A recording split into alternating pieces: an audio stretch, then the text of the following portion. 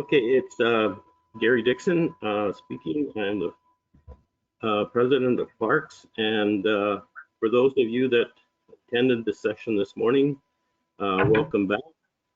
For those of you that were unable to attend this morning, just welcome. So sit back in your favorite recliner chair, fight off the urge to nap after that wonderful lunch you had, and get prepared to hear some amazing stories of achievements.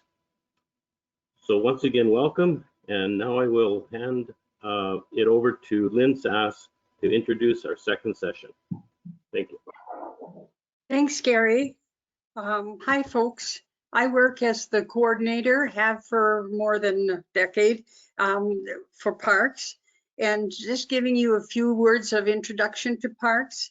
Parcs was established in 1986, so really it is 36 years old, and its mission continues to be to represent the interests of cottage communities at a local, provincial, and federal level. Every year since 1986, starting in 1987, we've had an annual meeting.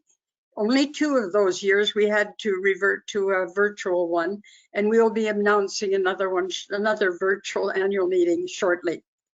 Now, the communities that are members of Parcs are drawn from 3 sources. First, they're drawn from the resort villages, and secondly, from the organized hamlets that are cottage communities, not all are, and a few from RMs. So of the resort villages, for many, many years, there were 40 resort villages that were cottage communities, and that were different ones were members of Parcs at different years. Then that switched, and I'll tell you about that in a minute. Now, for the organized hamlets, just about 40% of the organized hamlets in the province, 59 of them are cottage communities. And of the rural municipality, there are only about 23 that have cottage communities within their boundaries. And there are 3 main ones. The RM of Meota, the RM of Mervyn, and the RM of Makilla have the main ones that have anywhere from 8 to 11 cottage communities. So going back to resort villages, as I said, most of the years there were 40 resort villages, but on January 1, 2020, the organized hamlet of Turtle Lake Lodge and the organized hamlet of Sandy Lake joined together to become the 41st resort village in the province. And that didn't stop there, because on January 1 of 2022, a group in Elkridge, which was comprised of 4 condo parcels and a golf course, were able to lobby enough to meet all the qualifications. Even though they weren't up against a lake, they had all the population and the decimal requirements, and they became the 42nd resort village. Now, both of these brand new resort villages are members of Parcs, but they're both too shy to come and present in their first or second year of being. So our first presenter then, and we're right on back on time because we're trying to allow 10 minutes for everybody. And I just about used my 10 minutes. So our first presentation is coming from the organized hamlet of Pasqua Lake. And they aren't a resort village, but they're really working hard to become our 43rd resort village. And they are, of course, members of Parcs. Pasqua Lake is on the Capel Valley along the course of the Capel River. And I'm sure that Larry's going to tell you about all the hoops they had to jump through so far as they diligently worked towards becoming a resort village. And so I now turn the mic over to the chair of the Organized Hamlet Board in the Organized Hamlet of Pasqua Lake, on Pasqua Lake, Larry Bedell. Let's get him up on the mic. There he is. Yeah, thanks, Lynn. Thanks, Chuck, for helping organize this. As Lynn indicated, my name is Larry Bedell. I'm the chair of Pasqua Lake Hamlet, Organized Hamlet. And so our hamlet is just located north shores of Pasco Lake. And we're a 45-minute drive from Regina. And if you were attending the earlier sessions this morning, of course, you would have heard a little bit about Pasco Lake as well. And some of it wasn't always good news about lake quality. Anyways, hamlet has 446 properties within its current boundaries. And of that, 335 have improved properties, in other words, developments within those. And our 2020 assessment was approximately 110 million. So that, if we do become a resort village, which is what we're in the process, would make us about the 4th largest resort village in the province. The recent census listed us having a total of residents of 213. So, and that's an increase from 200, which was registered in 2016. So we are getting more people that are moving out here full time. Obviously, we have a lot of seasonal people along the lake. The hamlet became organized in 1985. So we've been around for a long time, and we've worked very closely with our RM of North Bedell 187 to become a desirable location for residents to own property, and also we cater to a lot of the folks that come out for seasonal recreation, things like fishing, boating, and outdoor activities. As Lynn indicated, we are in the process of becoming a resort village. And part of my presentation is going to be, first of all, to talk a little bit about why we chose to do that. And then secondly, I'm just going to run through a boring list of calendar events just to outline our process. So first of all, the rationale for the application to become a resort village. So then just to backtrack a little bit, we had a committee put together, which I'll talk about. But the committee outlined a number of bullets for the reason for this application. And I'll just read through these bullets. There is a need for representation at the local level. Secondly, there's a need to have an official community plan, zoning, and other bylaws that support the approval of the ratepayers and are complementary to the lake setting. Thirdly, there's a need, and the time has come to assume our own identity and be governed by elected people who share a common interest. I guess after being 38 years old, it's almost time, I guess, to leave home. Anyways, there's a need to control and funnel our resources in a direction which will contribute to the sustainable future of Pasco Lake and its shorelands. There's a need to allow a resort village council to plan development that is complementary and futuristic to the lake setting around Pasco Lake. And finally, there was a feeling there was a need to have control over the taxation and infrastructure development that is suited to a resort village municipal structure. So that was the rationale that was outlined and submitted in our application. So how did this all happen? And we do have to go, I guess, from the starting point, which was 2019.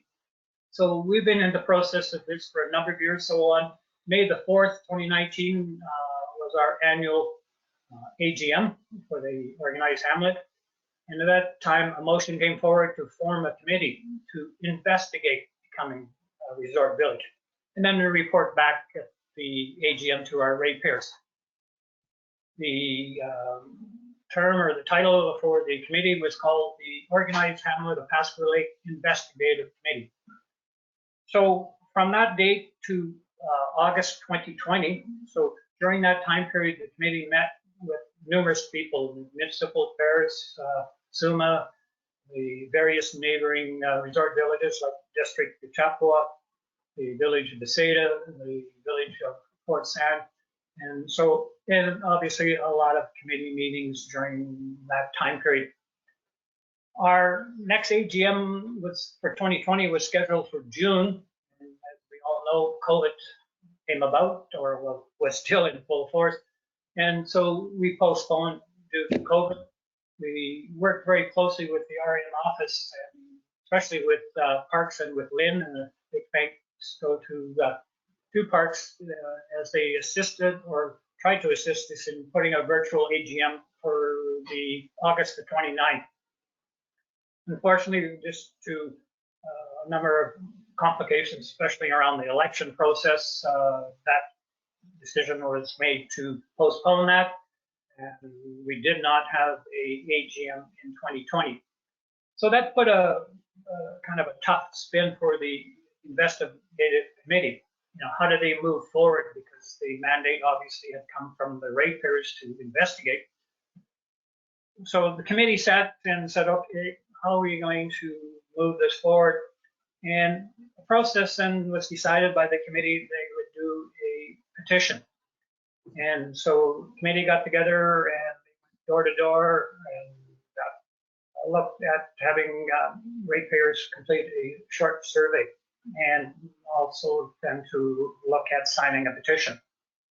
And then on September the 21st, 2020, 52 pages of signatures requesting to transition to a resort village was submitted, to the RM, and then that was forwarded to the ministry as per legislation. So that started the ball rolling as far as the official process that one needs to follow. And then in October of 2020, the committee updated our ratepayers through our email system of the status, where things are at.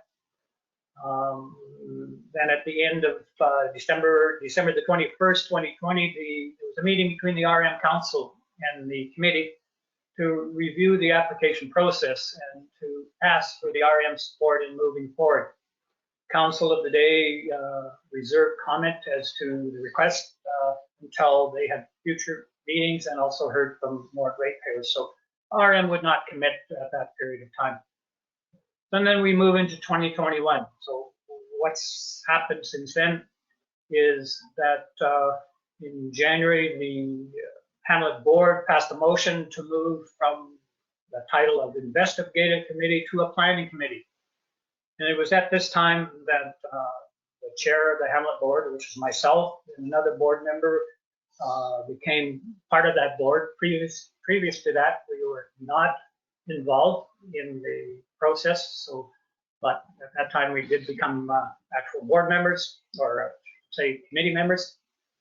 And we then assigned duties to the various members in preparation for the final application submitted for the ministry, and that was, we were hoping to have that done for September. Had a lot of homework to put together. It is a lengthy process of an application form. Then we reported again to our ratepayers our status in the end of January. And then, as I said, the committee was working very hard to put our document and our application together. And in June of 2021, we met with Don McMorris, the Minister of Government Relations, to have an informal meeting, discuss the application process. And then in July, we met with the RM Council and the Planning Committee to discuss further. Again, the RM would not make any commitments until a public meeting. It's important to understand that part of the requirements is to hold a public meeting after such an application is made. Again, with COVID, that was somewhat a little difficult to do, but eventually we did have that. Anyways, July the 22nd, again, we met with Don McMorris. This time he was the individual that called the meeting, and we had 4 of the staff members from advisory services attend that meeting as well. And the ministry made it very clear that it's a very thorough process that needs to be followed. And our initial aggressive timelines of hoping to incorporate was, I guess, explained very clearly that the earliest we would be looking at this would be 2024. So that came somewhat as a surprise to us, but I guess gave us time to do some more homework on it. So then finally in August 20th, we were able to have our public meeting with the RM of North Capel ratepayers, and there was about 80 people that attended that meeting. So it was held to provide the information, planning committee gave a presentation to the ratepayers. There was an opportunity for questions and answers. And as part of legislation, the public could submit submissions to RM, either in favor or opposed by September the 13th. Then on December, the committee finally had the opportunity to submit the document. So we have a lengthy document that we submitted to government with the application to become a resort village. And I do want to acknowledge the work that Turtleview and Elkridge, we were able to have some discussions with those folks as they had already done the process. So we piggybacked very much onto their application as well. Then in June, just to complicate things, it's always some little interesting things come up. We received a letter from the Minister of Government Relations requesting that the RM and the Planning Committee draft a restructuring agreement.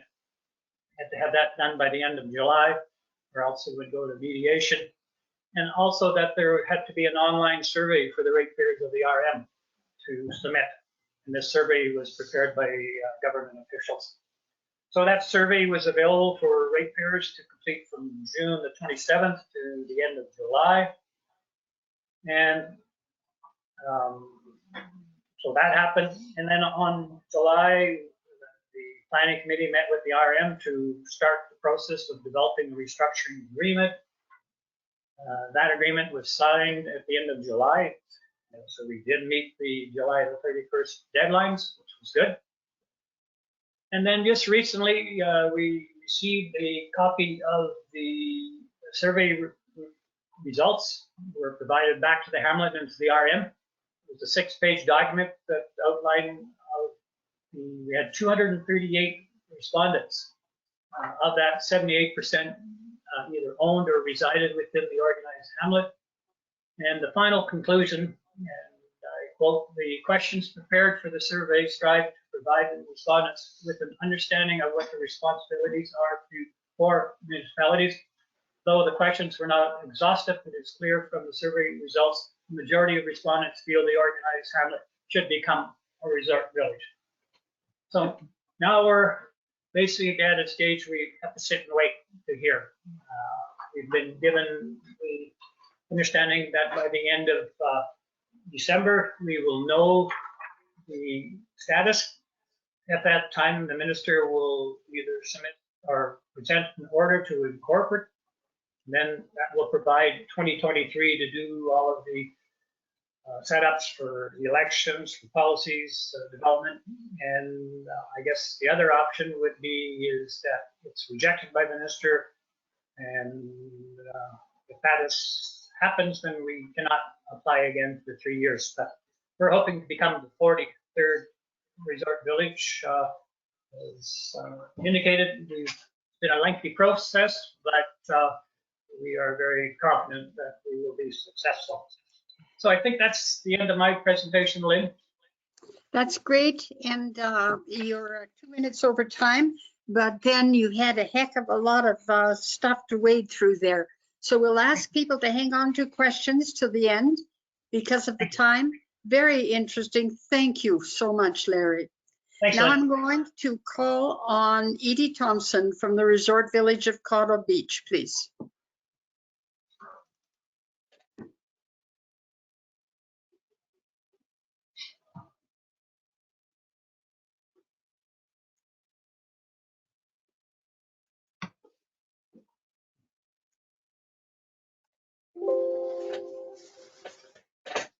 Thanks, Lynn.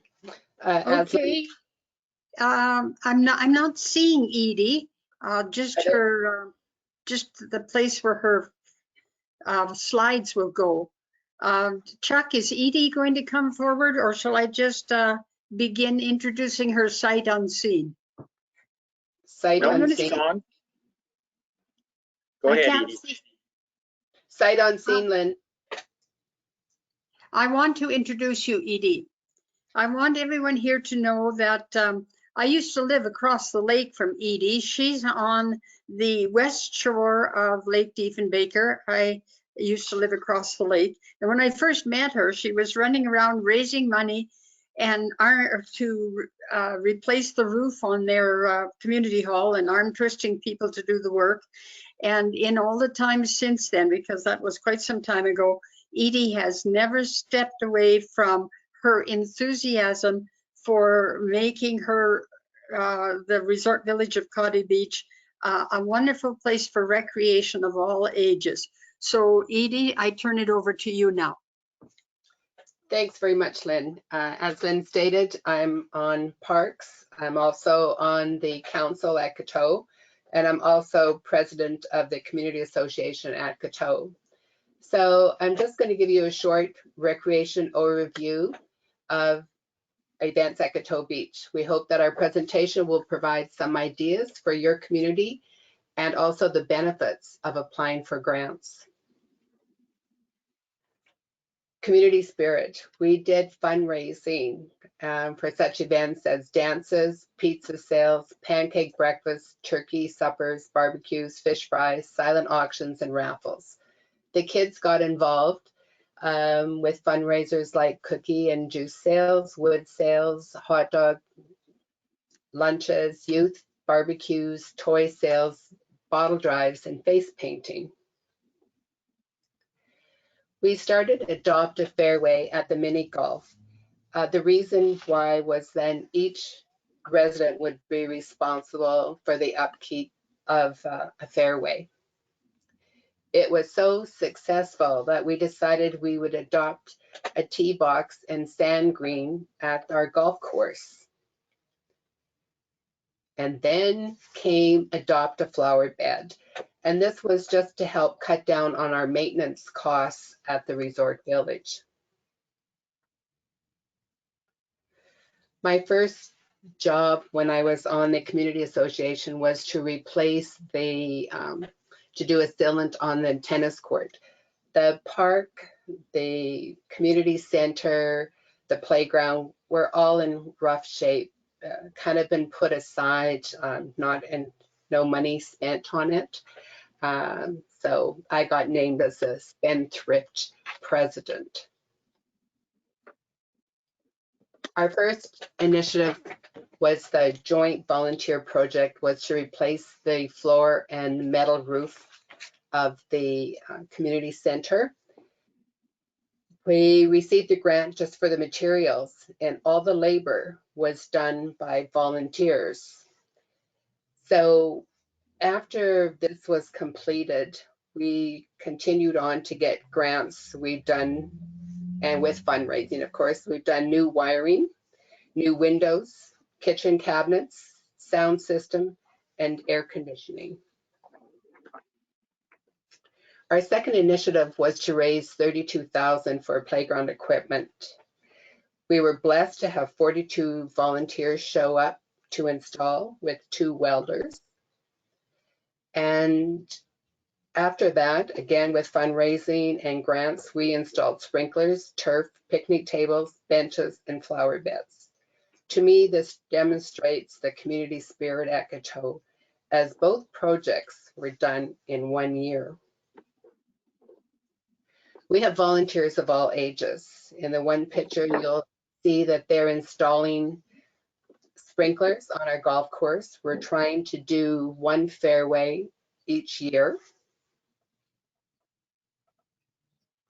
As a thank you to our residents for all the fundraising, we hosted July 1st Family Day in the park that year.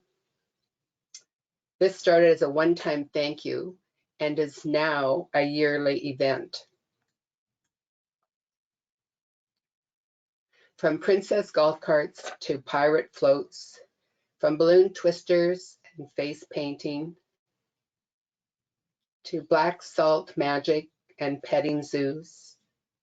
Along with Grant, we host a barbecue fundraiser to help pay for the events of July 1st. Children program leaders. Our leaders have to complete the High Five training, which is offered by Saskatchewan Parks and Recreation Board. We offered children and youth program during July, and the first 2 weeks of August. We do Kids Club on Tuesdays and Fridays, Almost Teen on Tuesday evenings. We do In Between on Monday evenings, Golf Driving Range on Saturdays. On Mondays, we do gymnastics. There's 2 age groups. On Wednesdays, we do a dance group. Again, 2 age groups. Sports Ball came to Coteau. They offer classes in soccer, tennis, and lacrosse. We also have the Saskatoon Field Lacrosse Association come to promote the sport with skill development and followed with a game. We offer swimming lessons the first week of July and the first week of August. We have youth nights on Friday evenings. We've done climbing, mountain climbing, volleyball events, building birdhouses, planting trees. We've done a youth photo shoot. We did soap hockey, bike rodeos, stained glass workshops, Win It in a Minute, paddleboard clinics, pickleball, paint night, water slide. We made our water slide from cutting a grain bag and then hooking up the fire hose and of course a lot of soap. We purchased a water bouncer last year.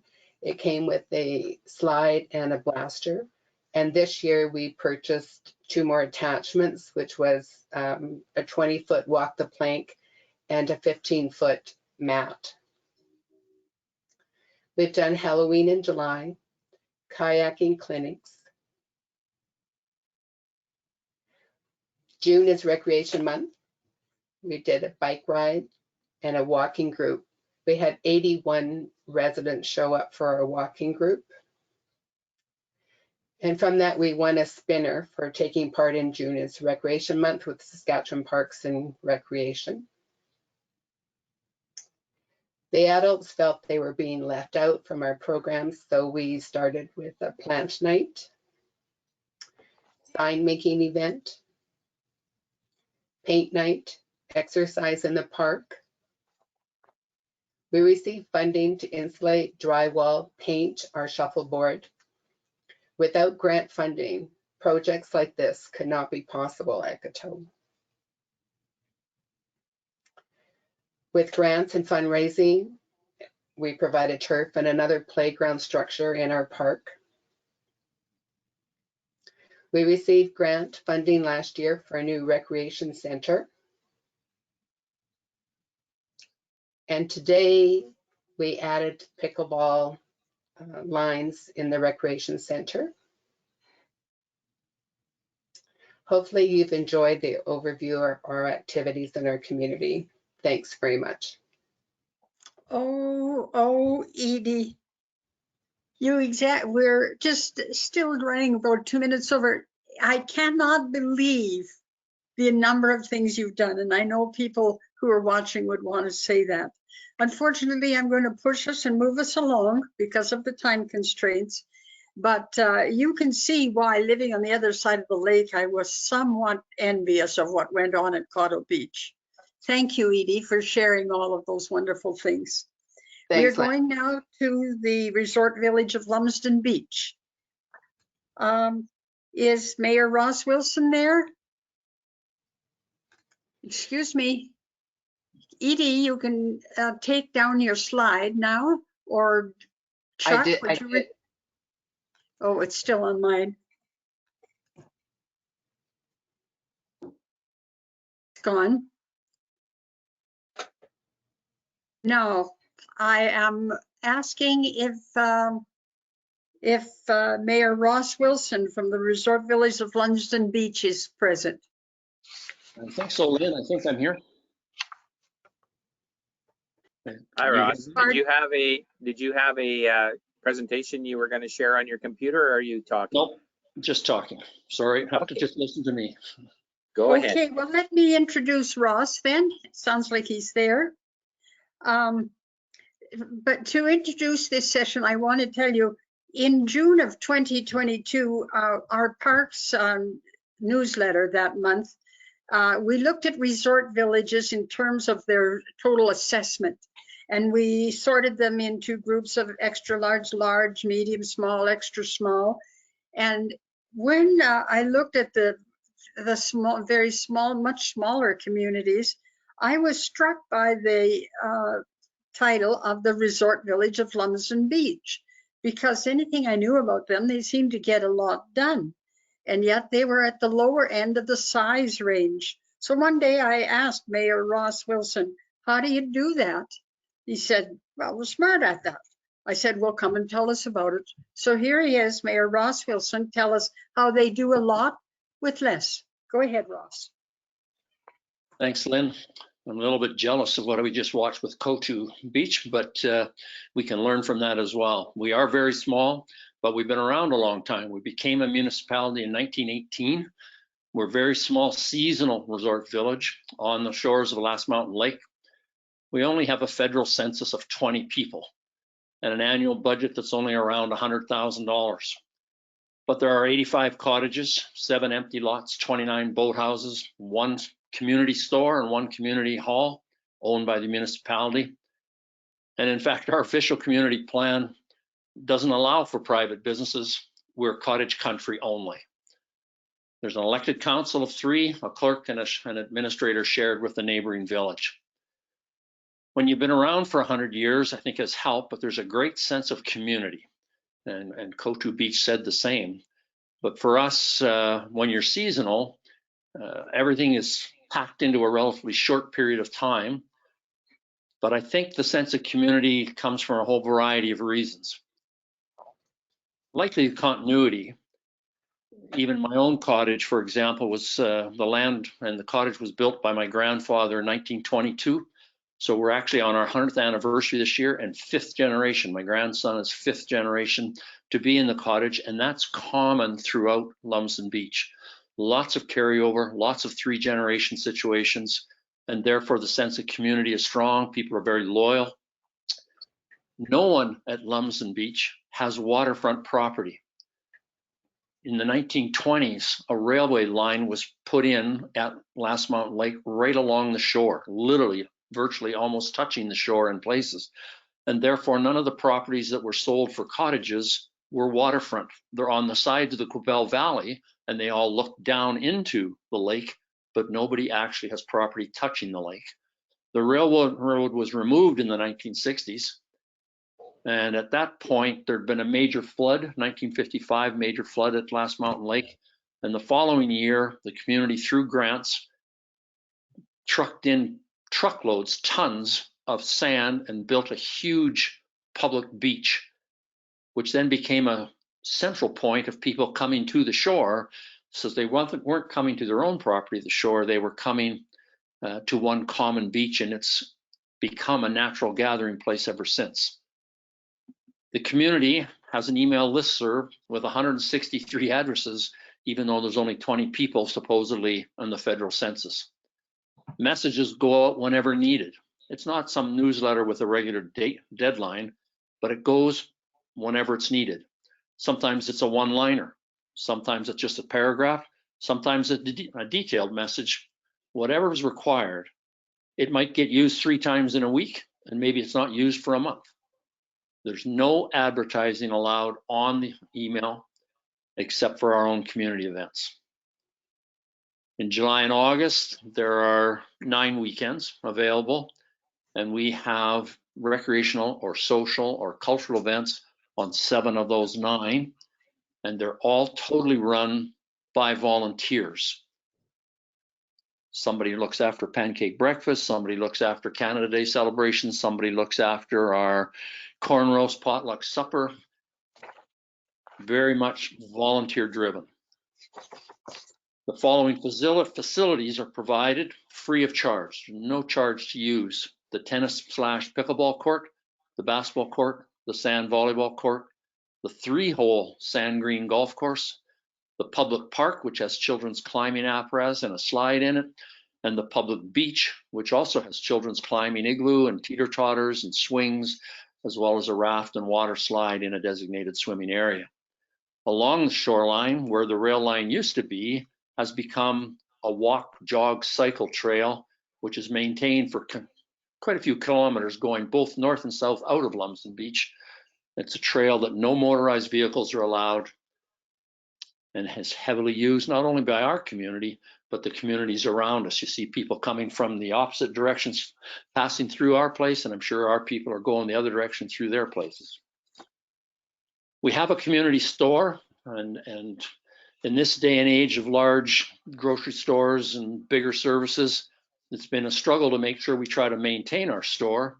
It's owned by the municipality. Each year we try to find somebody to operate it. And in order to be enticement, we charge no rent. There's no utilities bill. The municipality taxation system pays for it. 100% of the profit from the store stays with the operator. And the hardest thing of running a seasonal store, trying to open on the May long weekend and make it through to the Labor Day long weekend, is the cost of startup. So we came up with the idea of asking residents voluntarily to put up a store credit where they each would donate money through the village books. The money was then provided to the store operator to buy stock to start the year. And then all those people who donated that money could then spend their money in the store once it was up and operating. But that ability to provide cash in the hands of the operator so they could buy the stock to get started, because there's no carryover from a seasonal, became a great system for us to keep our own little store operating. There is a full-size store for all the other kinds of needs somebody might need. Within 10 minutes from us is Regina Beach, town of Regina Beach. And there's a grocery store and a hardware and all the other types of services there that we do not have within our own community. There's no question that volunteers have been critical to our success, and they range all over the place. We have an 80-year-old gentleman, and his role is 1 day per year. He makes sure that the great fires are going in the Canada Day fire pits in the park for people to do their hot dogs, smokies, and everything else. But he takes great pride in his one task that the fires are at perfect shape with coals and everything at the starting point of the evening. There's others who oversee an event, like I said before, those who run pancake breakfast or the beef and a bun buffet and dance, always different volunteer groups with each of these. We have groups of people who join together to handle a 1 or 2 day task.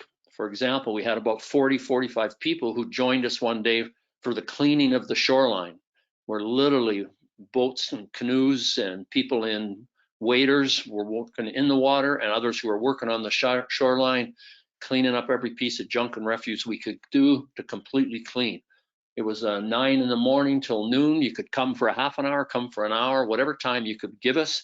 Those who maybe stayed for 3 hours, and at 12 noon, other members of the community volunteered and put on lunch for everybody who had worked with the cleanup.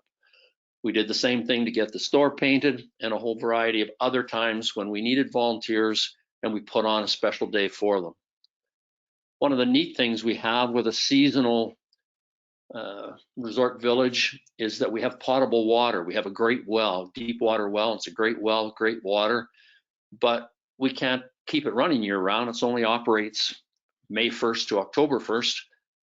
So we have licensed water operators who are volunteers. They took the courses, wrote the exams, and became licensed. And we have 9 other volunteers right now who are testers who go on a daily basis up to the well site, spend 10, 15 minutes doing the daily test, and it's all done by volunteers, and we deliver potable water, drinking water, to every cottage in the village. Even our elected councillors and our clerk are volunteers. We don't pay anything to any of our councillors, and the council we have has been in place for the last 10 years. Much of how Lumsden Beach operates is likely not applicable to many who might be listening to this. We're so small, we're not the same as a lot of communities, but maybe there's some learning. What is possible in a small place? As mayor, I'm obviously biased, I'm particularly proud that Lumsden Beach has no debt. We never have had any debt. We don't owe anybody anything. There are currently no properties for sale. We're completely a popular place, and anything that comes up for sale is snapped up and gone. And like I say, the current council and administration have been doing the job for the past 10 years at least. Isn't that that is just so much so, Ross. You folks are certainly a unique bunch, and you're able to achieve so much and yet have a reasonable tax revenue and get so much done.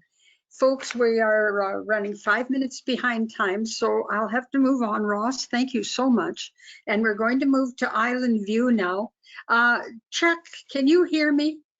I was wondering, when one person is presenting but does not have slides, could we not just have their picture up on the screen? If you can hear me, Chuck, please take off this. Yeah, no, I can hear you. I can't share their photo unless they turn their camera on. But I do have the Parcs conference screen Okay, up. understood. So, and Okay. I think no, that's just fine. Is Pamela not next? Next is Pamela, yes, from the Resort Village of Island View. And I'm going to introduce her now. Island View is located on Last Mountain Lake on the east side.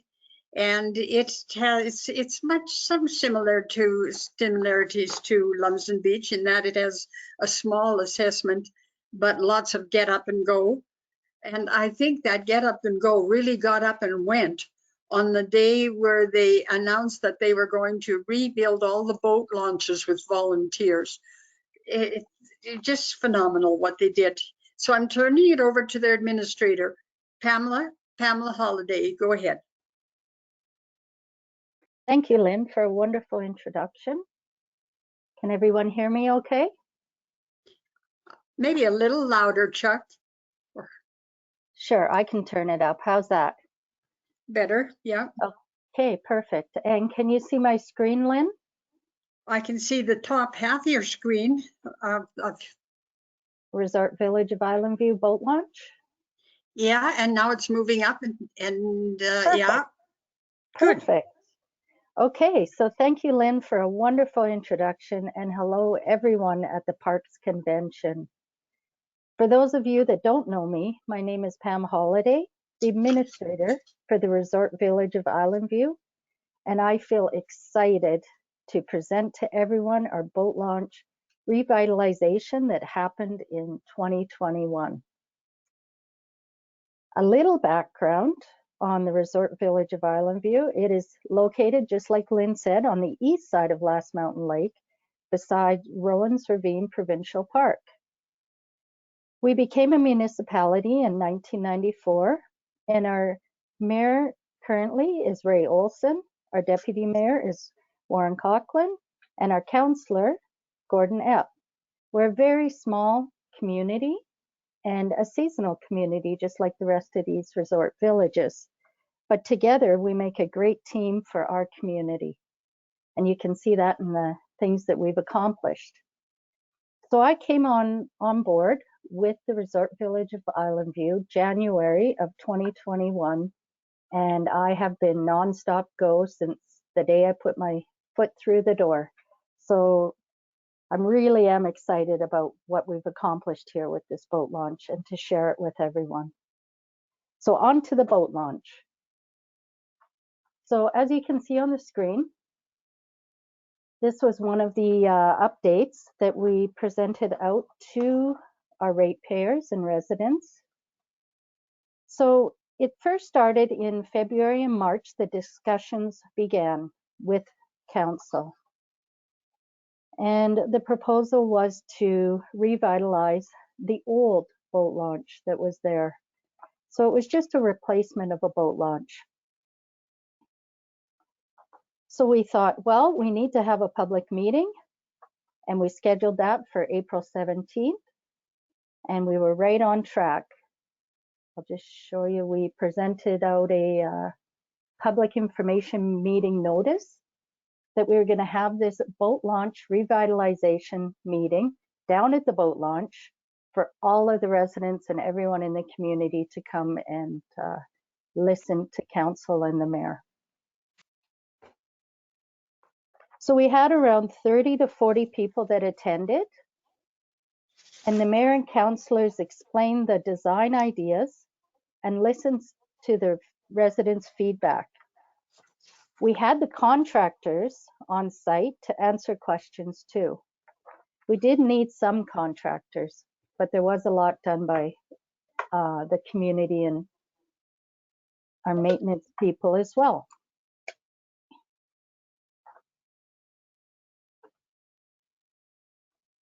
So back to here. So we've now held our public meeting on April 17th, and we had great feedback. There was a lot of discussion on the width, the size, how far in, what type of concrete, how thick was the concrete going to be. So the other thing we had to consider was, firstly, before the boat ramp construction project begins, the potential impacts of the aquatic plants, the fish, the wildlife habitat, by the construction. And subsequent traffic had to be considered. The bed of the lake will be capable of supporting the new boat ramp without piling or dredging, because this is a replacement project of the current ramp. So the old concrete ramp at the bottom of the boat launch that had deteriorated would be removed and hauled away. There were 7 slabs, 8 feet long by 12 feet wide and 6 inches thick, precast at the top of the hill away from public access to the lake, and they were cured for 28 days. This Pamela, can you wind it up in 2 minutes? Sure can. You're a sweetie. Okay. So to give it a 28-day compression strength of not less than 3,000 PSI, it is brushed concrete. There were erosion control measures such as a floating silt fence installed, and I'll just give you, we took a lot of pictures and we had a lot of communication. You guys can all see that. We kept all the residents updated on Facebook, our website, community bulletin board, and brochures. So the construction materials included the following: precast concrete, base gravel, riprap rock, 3/4 inch crushed rock, lift straps, and steel straps and anchors. The slabs were put in place in 1 day to limit the water and habitat disturbance. A bulldozer was used to install the precast slabs, and they were connected together by U-bolts through loops of reinforcement projecting through the plank. So settling in place took 4 to 6 hours after placing of the slabs.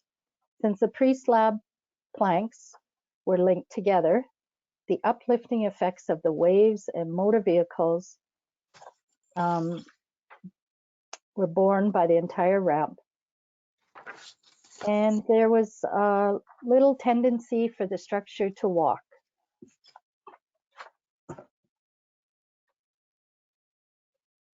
So go back to here. There we go. So our concrete was poured May 1st, 2021. We also had to contact the Water Security Agency, and we received our permit on May 10th, 2021. And we were right on track, and we were installed mid-June. So it was a great initiative. And that's all I have, Lynn. Well, it's wonderful. Pamela, how many different pads did you pour? 7 slabs, 7. Wow. And all pretty well volunteer labor?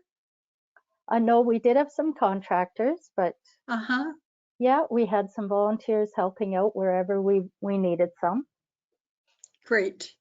Well, I'm sorry that I'm rushing you because we are a little bit behind, but thank you for coming forward with that. We have a running theme here, folks, about volunteers in cottage communities making a really big difference. And it was nice that Pamela Holliday, their administrator, recognized those volunteers and brought that forward. We're going to go now to the District of Lakeland, and we're going to talk about a special bylaw that was passed. The District of Lakeland has 4 lakes: Emma Lake, Christopher Lake, Angwin Lake, and McPhee Lake. And their website speaks about their recreation associations in different lakeshore areas, and about a district-wide, this is Environmental Advisory Committee. And it was on their website that I read the article about you and your lake water quality. And after us spending a morning talking about lake water quality, how wonderful. We're going to hear from the District of Lakeland, who undertook to pass a global bylaw protecting their lake water. So is it Cheryl McMillan I have there? No, it's Mary Sawchuk. It's Mary Sawchuk. Okay, 2 councillors, Cheryl McMillan and Mary Sawchuk, were involved in this. And so welcome, Mary. Tell us about this bylaw and how it came to be and what it says. Go ahead. Okay, thanks, Lynn. My name is Mary Sawchuk, and I'm a councillor for the District of Lakeland 521. Our area encompasses the lakes of Emma. Can you turn up your volume, Mary? Try now. Our area encompasses the lakes of Emma, Christopher, Angwin, and McPhee. All of these lakes are very popular vacation spots and are extremely busy during the summer months. These lakes have been deteriorating over the past few years. Upon being elected to council through public forums, we heard loud and clear that ratepayers are concerned with this issue and exactly what are we doing about it. 3 councillors from our district formed a bylaw committee and began to write an environmental stewardship bylaw for this municipality. This is one of the first environmental bylaws to be written in our province. Given that none of us are experts in this area, we needed guidance in the field of aquatic science. We immediately reached out to the University of Saskatchewan, and we were put in contact with John Mark Davies, water quality scientist with Water Quality and Habitat Assessment Services. He responded to us by email with advice and suggested we contact Jeff Hudson, PhD, Global Institute for Water Security. We contacted Jeff in December of 2021, and he graciously agreed to assist us and coach us in this difficult endeavor. It was explained to us that LJ is being produced by heavy nutrient overload in our lakes. Nutrient overload can result from various items. Some examples are surface runoff, surface erosion, too much human development, overpopulation, fertilizer, faulty septic tanks, and use of hydraulic jets for the movement of LJ in front of your property. We decided to focus on these specific examples as I have listed. We hope that this will decelerate the LJ and weed growth and restore some of the natural chemistry of our lakes. Our first step we decided to tackle was fertilizer use. It is known that phosphorus, a very common component in most plant fertilizers, is a large contributor to LJ growth. We decided to prohibit any fertilizer use in the lake impact area, which is defined as any land located within 15 meters from the water of our lake. We also stated that only concrete sewage holding tanks can be installed in the lake impact area property. The reason we are only allowing concrete is because fiberglass, PVC, or polyethylene tanks can easily be damaged. These holes can also be put in the bottom of these tanks prior to installation to allow sewage to drain out, and therefore less emptying is required. There is also a need to stop all alteration of any land in the lake impact area. They can obtain permission from the municipality in extenuating circumstances. No earth, soil, sand, rock, or other similar materials will be allowed to be placed within the lake impact area. These materials can be placed on private property as long as it is 6 meters from the water with a slope of less than 10%. Our intention when writing this bylaw was to ban the hydraulic jets. Hydraulic jets, such as a hydro sweep or aquablasters that you mount on your deck or on your dock or your boat lift. This was met with heavy opposition from the public. We found that the public that were using these devices properly and properly being the optimal word, actually created some positives in these situations. We tried to put our reasoning into perspective. You cannot blow your snow, leaves, or trash in the direction of your neighbor, but you can blow your algae. You cannot cut your grass and drop your lawn clippings onto your neighbor's yard, but you can cut up the algae and blow it into your neighbor's beach. This can create a chain reaction where everyone starts purchasing these devices, and soon the lake is no more, as the algae is being continuously moved around in unnatural patterns. In talking with Jeff, he stated throughout his research that any creation of unnatural water currents is a detriment to the lake. As I mentioned previously, we have received a lot of pushback regarding these devices, and we're afraid this would cause the bylaw to be defeated. We decided to make an amendment that you would be required to purchase a permit if you wish to use one of these devices. This way we can keep track of the location of these devices and how they're being used. If these devices are not installed or used properly, it will be removed and the permit revoked. We have had one summer of this new bylaw being in place and have received several complaints of algae being pushed onto adjacent areas. This was a problem we foresaw, as mentioned previously. We also discovered some devices installed with no permit, and some devices were removed after significant damage to the lake bottom was reported.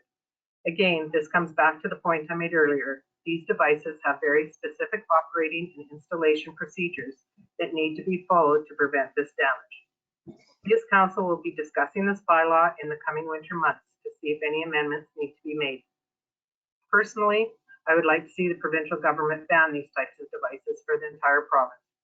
We've attached a copy of our bylaw for all of you to read, and my colleague Cheryl will speak on future changes. Okay, we're going to Cheryl now, are we? Hi, thank you, Mary. My name is Cheryl McMillan. I am also a councillor in the District of Lakeland. We knew that this bylaw was only a first, very small step. There is no silver bullet or quick fix to improve water quality. Based on our expert consultation and the Love Your Lakes assessment of our lakes a few years ago, we decided to focus on the science-based, research-supported aspects as a starting point. For example, fertilizer and septic. We knew that enforcement would be our greatest challenge, so we chose to use this bylaw as an educational tool, as we were told our greatest advances would be through increasing awareness of our ratepayers.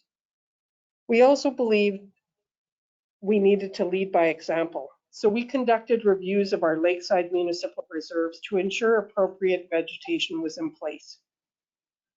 We will be looking at ways to decrease the stress and impact of lakeside development and heavy recreation on our lakes, and we will continue to evaluate and evolve this bylaw. Thank you. Thank you. Cheryl and Mary, I understand I have a copy of that bylaw coming in the handouts, right? It was on your website, was it not? I'm sorry, can you hear me, Mary and Cheryl? Perhaps I've lost them, folks. I'm quite sure I've, and if I haven't, I will get one because I will want to include it in the handouts. And I wish that I could say, I hope that Cheryl and Mary can hear me, because I think that they showed a lot of courage in starting out on a path of making their community around the lakes more environmentally friendly. And I thank them on behalf of their environment. Okay, we're going to move on now. We're just a little bit beyond our time, doing really well. And now we have the resort village of Manitou Beach. And we have a presenter named Rob La Rochelle, and he's going to talk about a multifaceted newsletter. What's a multifaceted newsletter? I know I received copies of that newsletter and I'm quite drawn to it. So I turn the mic over to Rob La Rochelle. Thank you, Lynn. I trust that my PowerPoint is on the screen. No, it's not. Uh-oh. and we must find it. We must get it there. Are you there, Chuck? Yeah, I'm here, and he is the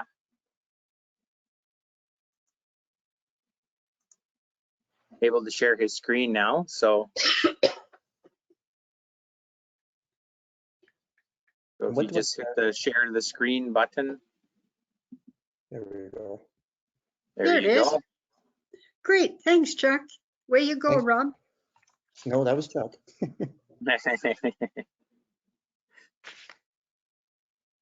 Okay, so now. Okay, Yep. go ahead, Rob La Rochelle. Thank you. And I'm, as Lynn said, my name is Rob, and I live at the resort village of Manitou Beach, which is near Watrous, but we're not Watrous. And I have the privilege of presenting our newsletter and some of the evolution of that to you today. Here's sort of the cover of an average newsletter. And my presentation will be in 4 parts. And then between each part, I will break your train of thought, including mine, and show you some exemplars, because I think this is the kind of thing that you want to see it. And if you are interested in anything you see today, you could go to our website, manitoubeach.ca, and all of our newsletters are archived on that website. So I would like to address the relevance of the newsletter, meaning relevant to our community. You would have your own situation and your own needs. And in listening to Ross Wilson and Lumsden Beach, I think I remember a time when Manitou Beach used to be a lot like that. And since we got all season water, we've really kind of boomed and turned into something a little more, I guess. The collaboration, we too, totem volunteerism, and we're a team that makes this newsletter. Structure meaning production, how we produce it, what we do to produce it, and then just a short comment on timing if I don't run out of time. So the relevance is, as I said, specific to our community needs. The purpose, the evolution of this newsletter, Manitou Matters, it used to be seasonal, and it would come out once or twice a season, and it was volunteer initiated at that time as well. And then it landed in the office at the assistant administrator's desk, and it became monthly. And when it became monthly, it became very brief, like a page or 2. But it did come out every month, even throughout the winter time. And it was a really good product, but I felt that I myself wanted more information. I knew there was an appetite for more information, that being a resort village, people who lived here knew more than people who were seasonal. And that created a demographic division that, wasn't always helpful. And then we've had a lot of people move here. So we have quite a diverse community. We have extreme diversity, which is our strength and our challenge, I think. And so we all were kind of ending up in silos. And I could see that the newsletter was a way of breaking through those silos. Reaching out to the community. And as Lynn has already told him, the volunteerism that we see in all these other resort communities, we also have that volunteerism. And thank goodness for the STP, the same 10 people, but one of the purposes was to write other people into the narrative. Let's not forget other people. Let's not forget, who else is a part of this community. So here are some examples. Here is an article on a character, Charlie, who's been here a long time, and his farm and his wife. This was an article that I had our local insurer in Watrous write to educate people who are parking their RVs and using them in their driveway.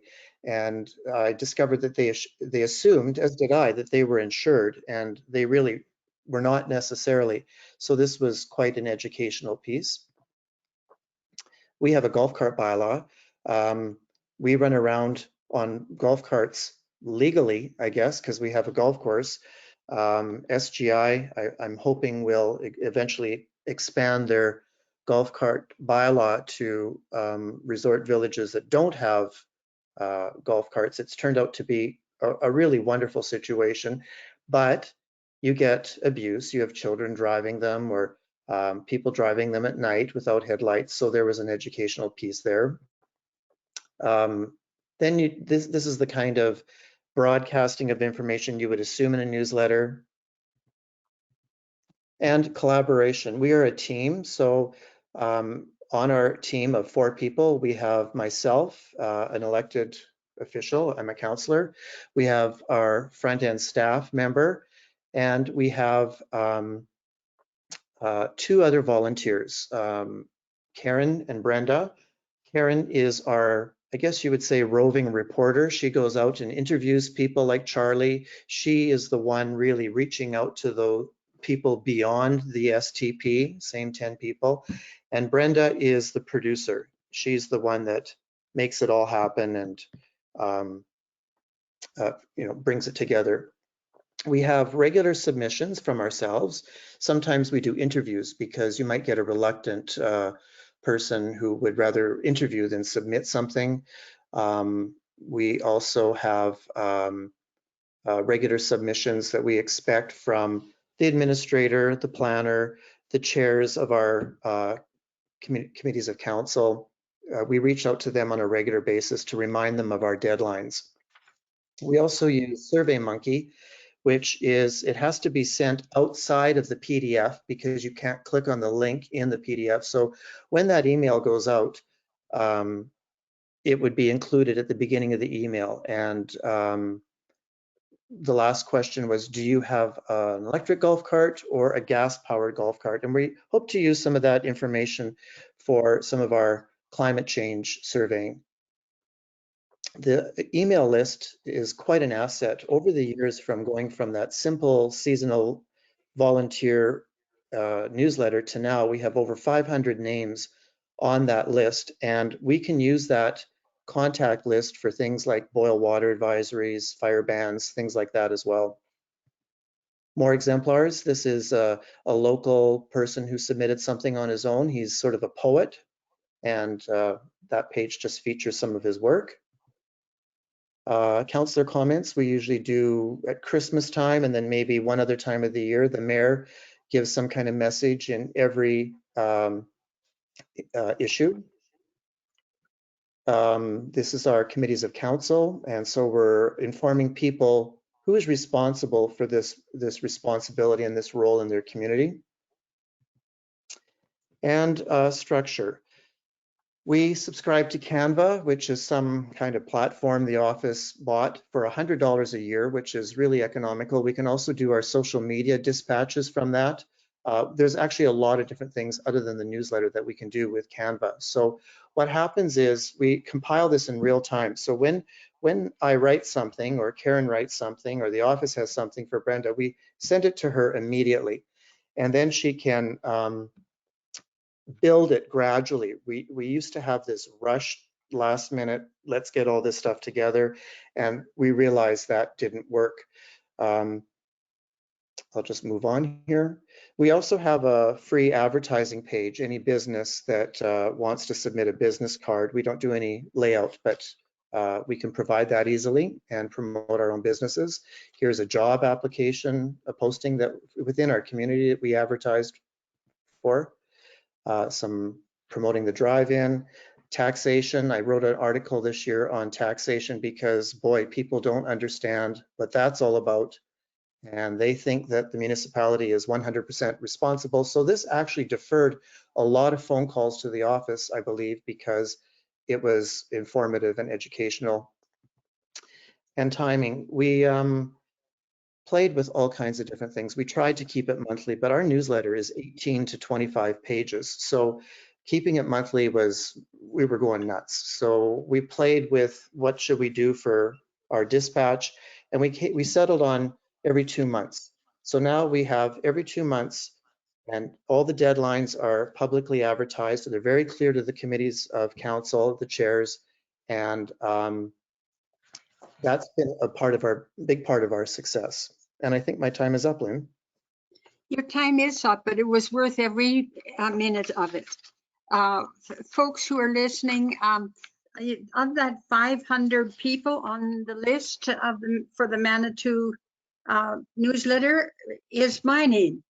And whenever I get a copy of it, I put my feet up and read through it. And I think this is just super because a community becomes one when they all have the same access to information.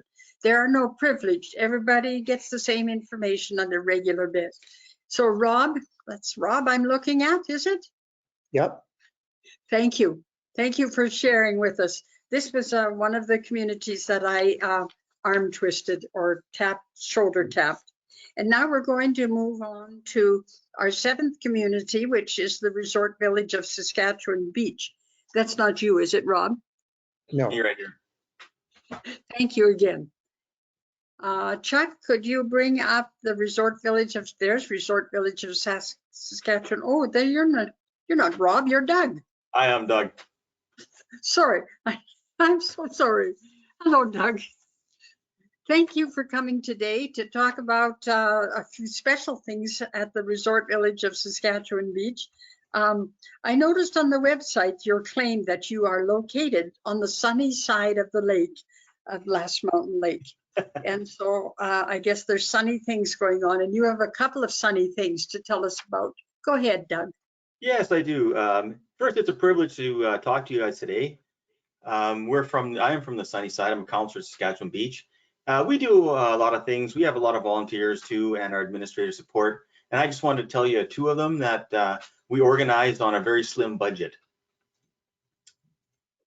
So the history a little bit. A goal of the village council is to provide recreational and community activities.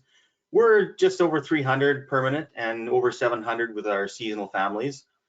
Our Community in Bloom included judged and Community in Bloom is an organization that tries to promote flower growth and landscaping and gardening across Canada. It started all over the world. Our Community in Bloom, we decided to go with a non-judge category and create our own village competition. So what we did is we got a bunch of economical 45-gallon plastic barrels and made flower pots out of them, and any resident that wanted one, we filled it up with dirt and dropped them off at their driveway. So on the public road allowance at their driveway. We had our first year, this is our 2nd year of Community in Bloom. And our first year we had over 50 participants. This year we had 33, I believe, that put flowers into the competition. And here's just what some of these look like. They're all over the village. The residents that participate would provide their own flowers and their own watering and weeding. And they put them along the roadsides for our walkers and bicyclists to enjoy as they walk by. This is what we had on 3rd weekend in August. We had voting for each one of these. So you would pick up a ballot at the village office and fill in whichever pot you decided you'd like for 1st, 2nd, and 3rd. And so it was there was quite a few community involvement participation in that too, where you get your neighbors to vote, and then random votes from everyone from a permanent or a seasonal resident, open to everyone. We had winners. We picked 3 winners, all picked by popularity, by votes from the village. And you'll see that some of these are they're quite nice pots, actually. Some of them took some different ideas. This was the year of the garden, so we had some that were vegetables and some that were flowers. We got an honorable mention from the floral displays, Saskatchewan Beach, for the flower pot competition. And again, like I said, we didn't follow the judged requirements of Community in Bloom. It's a little bit different for a small village like us because you need to provide travel and lodging for the judges, and there's quite a bit more to it than we were prepared to do. We didn't know what we'd have for uptake. Our cost model, the pots were made in 2021. So I mean, everything with the dirt and the dropping off was done by volunteers, but so it cost us about $800 to get into it. We did receive some prizes that we handed out to our winners from the Community in Bloom project and from Scott's Grow for Good company.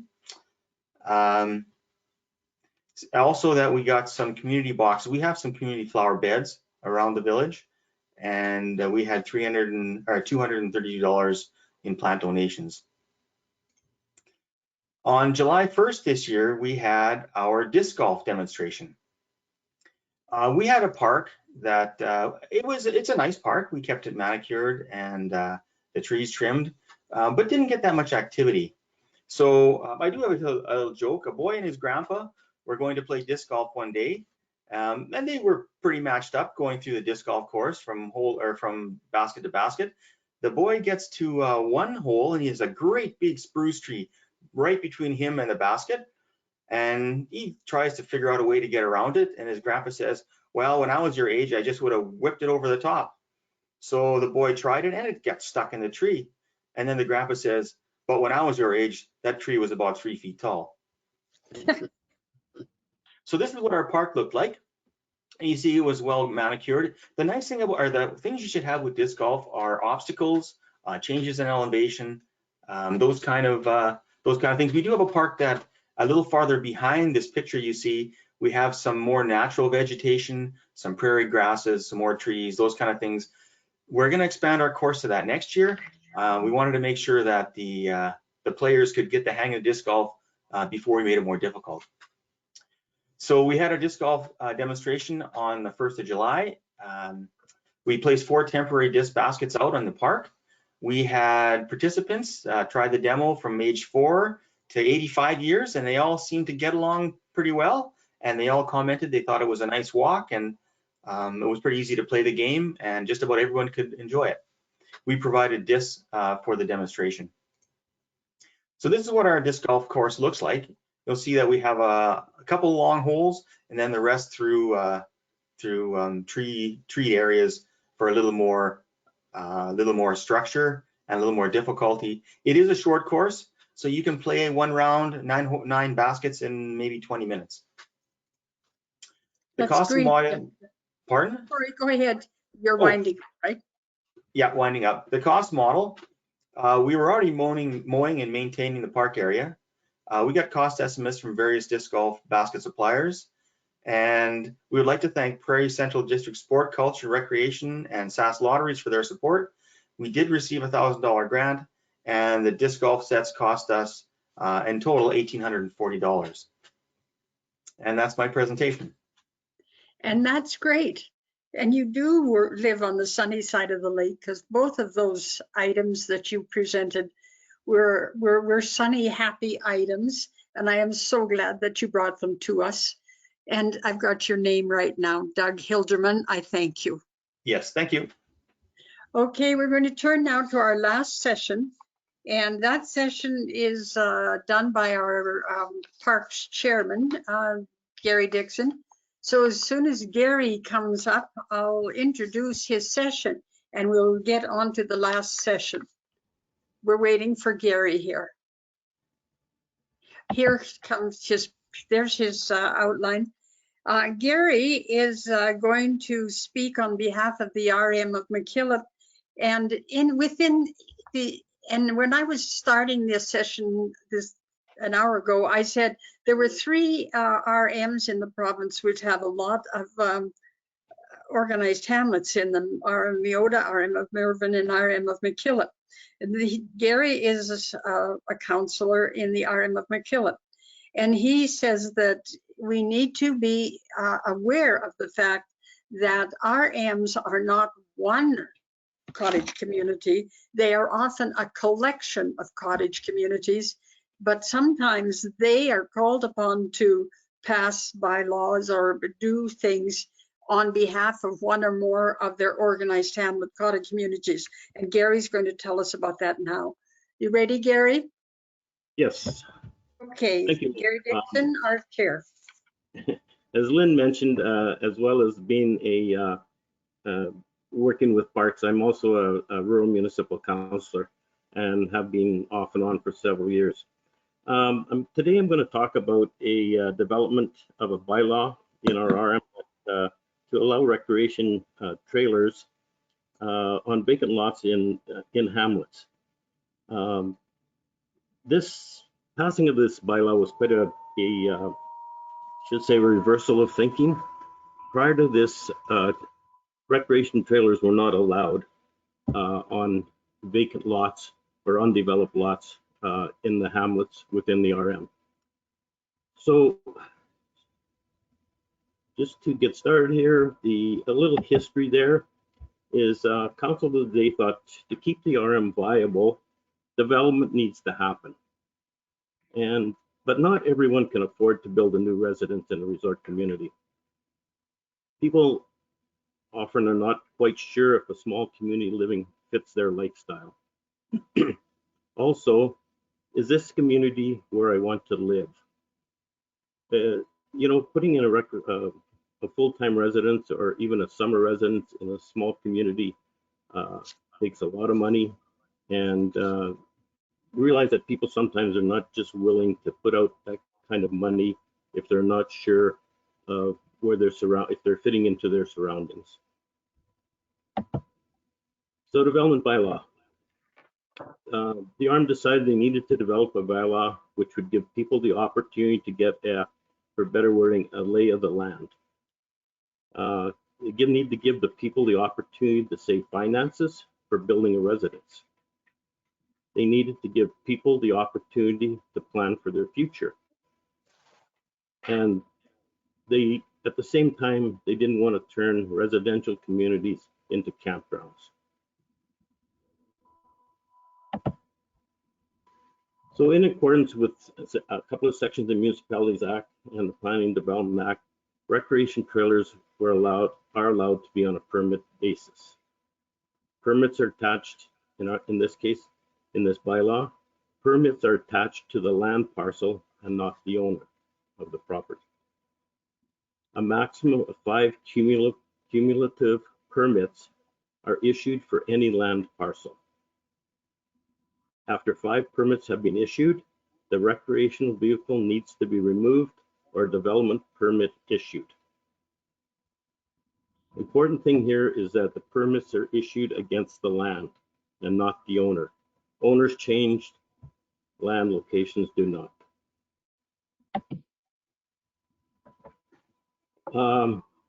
To enforce this bylaw, an interest is registered with ISC against the land if the bylaw is not followed.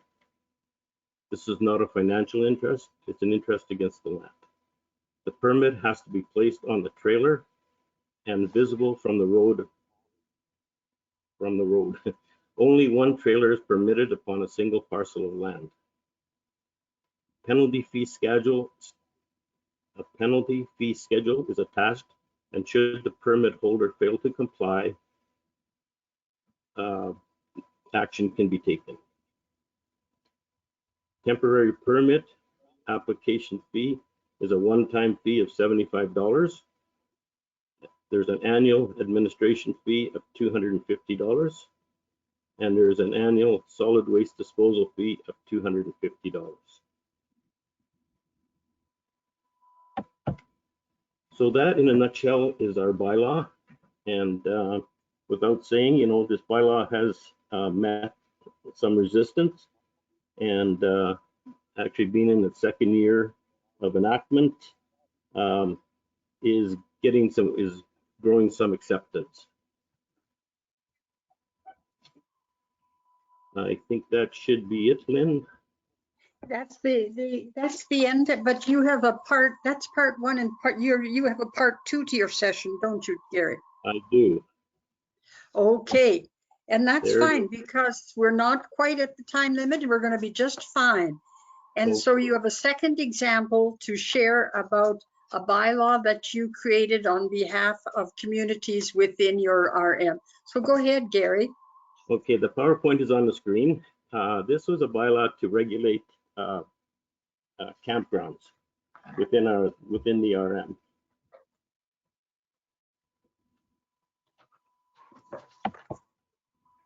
So in this bylaw, We had a lot of public input from the public, and it fit into our strategic plan. Comments supported smaller size campgrounds. We had to make sure that this bylaw complied with municipal bylaws and regulations.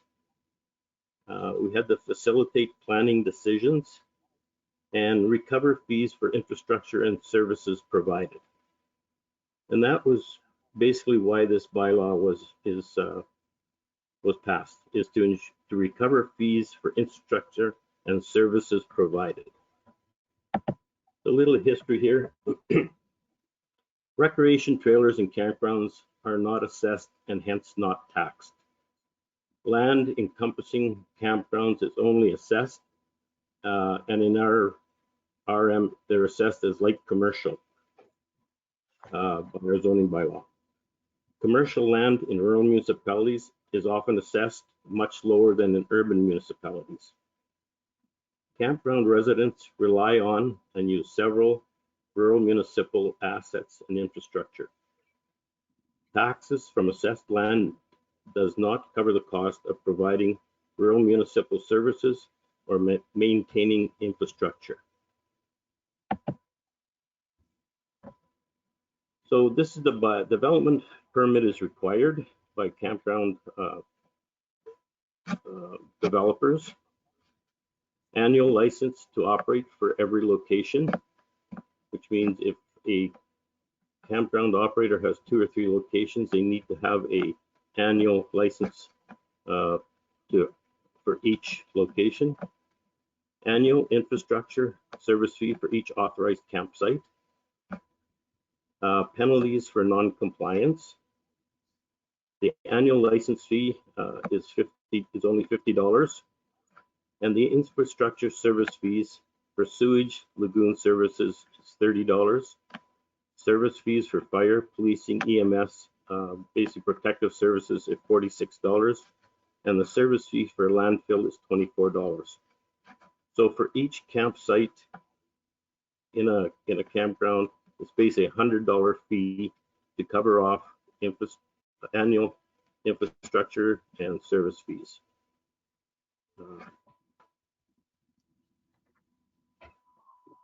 That finishes it, Gary? That finishes me, so I think we're about 2 minutes over time. So that's fantastic. Now, Gary, the slides that you went through just now on these are both very interesting, and I will get a copy of those to put into this handout that I'm giving to everyone. Definitely. Right? Good. And so everybody who attended this members fair, we didn't get to sit in a great big hall at the hotel with people taking turns in a big circle to share, but we still managed to pull off a members fair, and we had 9 wonderful sessions. And I will see to it that all of the folks get an email copy of the handouts. And now we're going into a time off before the final session, which is beginning at 3 o'clock and is having 2 speakers from the Ministry of Government Relations. And actually the main speaker from the Ministry of Government Relations will be Andrea Ulrich. She'll be supported by Toby Duck from Municipal Advisory. Andrea Ulrich is the Director of Legislation and Regulation. She'll be talking about the new goals they have for organized hamlets and RMs working together. So that will come on at 3 o'clock. Everybody has time to grab a coffee or hit the restroom. And thank you very much, folks.